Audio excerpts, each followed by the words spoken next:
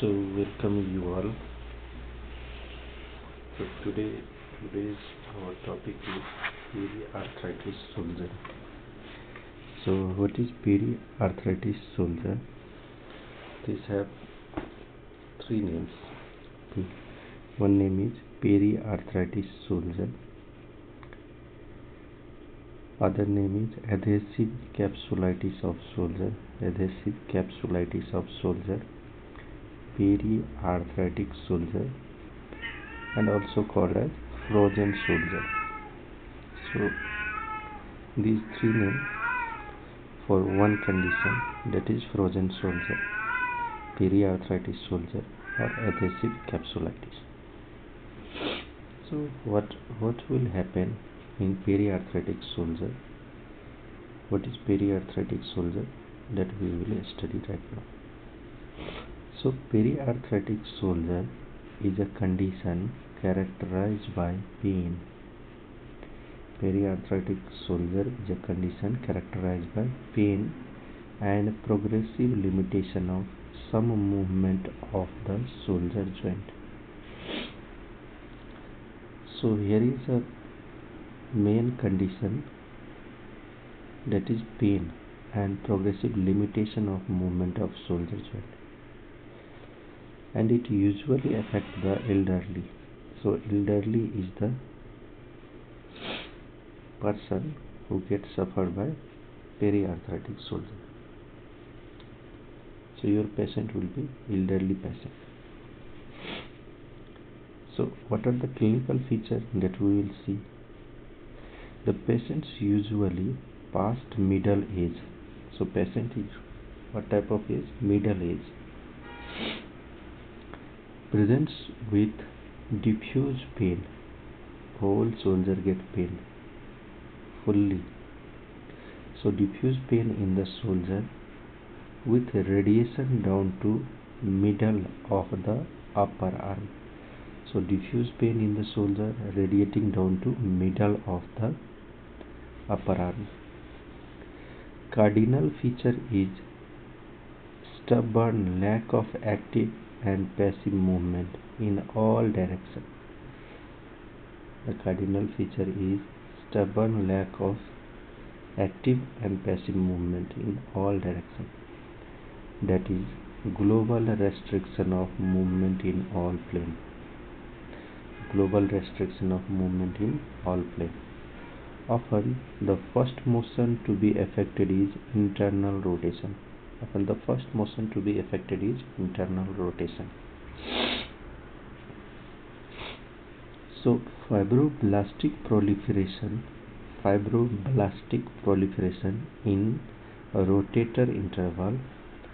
Fibroblastic proliferation in rotator interval, coracohumeral ligament and anterior capsule. So what will happen first? Fibroblastic proliferation in rotator interval. Suppose this is rotator interval, then fibroblastic proliferation will occur here in rotator interval. Coracohumeral, from coracoid to humerus, coracohumeral and anterior capsule. So freezing phase will occur. First freezing phase, that is painful and inflammatory phase is freezing phase. Later phase of progressive stiffness, that is phase of progressive stiffness. First is freezing phase, painful and inflammatory. Second is phase of progressive stiffness, and later resolution or thawing phase. These are phase of adhesive capsulitis of soldier. After that, what we will study, periarthritic soldier is of two types. So periarthritic soldier is of how many types? Two types. Primary idiopathic type, for which cause is not known. Primary idiopathic type, for which the cause is not known.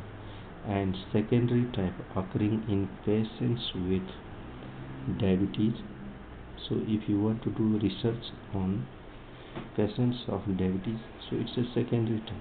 Diabetic patient, tuberculosis, cardiac ischemia, heart problem patient, and hemiplegia.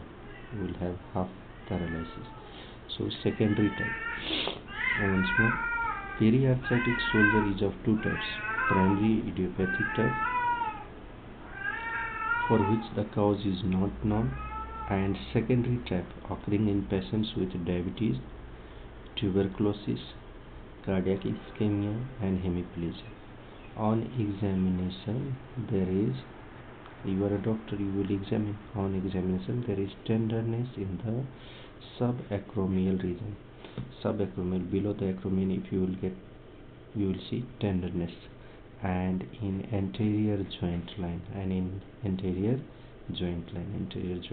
okay. So there is marked limitation of abduction get limited, and external rotation of shoulder, abduction and external rotation of the shoulder with free and full range flexion, with rotation of shoulder with free and full range flexion and extension movement, free range flexion and extension movement. So when the condition involve the whole rotator cuff, it results in total restriction of all movement of the joint.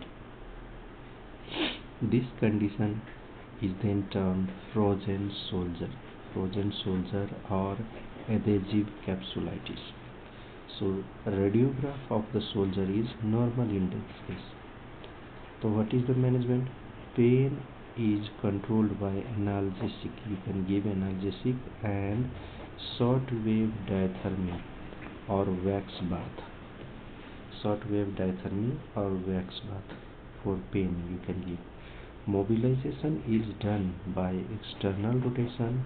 Mobilization, how you will do? By external rotation and abduction exercises.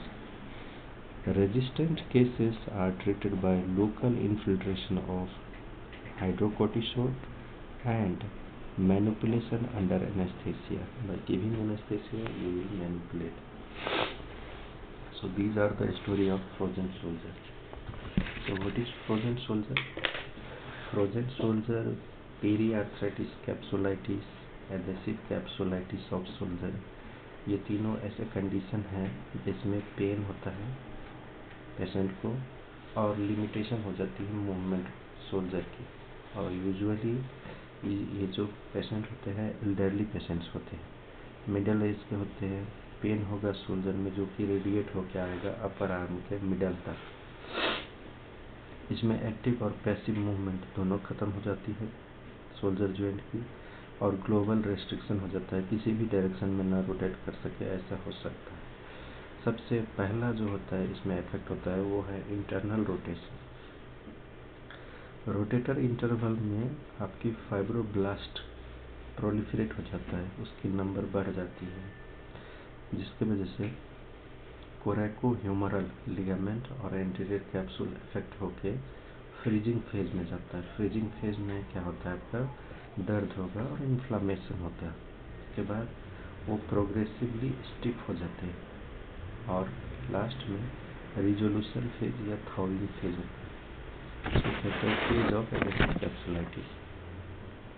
इसके बाद में देखने वाली बात है कि पेरीआर्थराइटिक shoulder जो है दो टाइप्स के होते हैं। प्राइमरी इडियोपैथिक टाइप, जिसमें काउज क्या है पता नहीं। सेकेंडरी जो होता है वो डायबिटीज़, ट्यूबरकुलोसिस या हार्ट अटैक के पेशेंट, कार्डियक इस्केमिक पेशेंट या हेमिप्लेजिया जो हाफ पैरालिसिस हुआ रहता है उनको। एग्जामिनेशन में आप देखोगे टेंडरनेस होती है सब एक्रोमियल रीजन पे, आप छुओगे हाथ से तो टेंडर होगा, वहाँ पे दर्द होगी पेशेंट को, and in the anterior joint line और आगे के जॉइंट लाइन में। So there is mark limitation of abduction.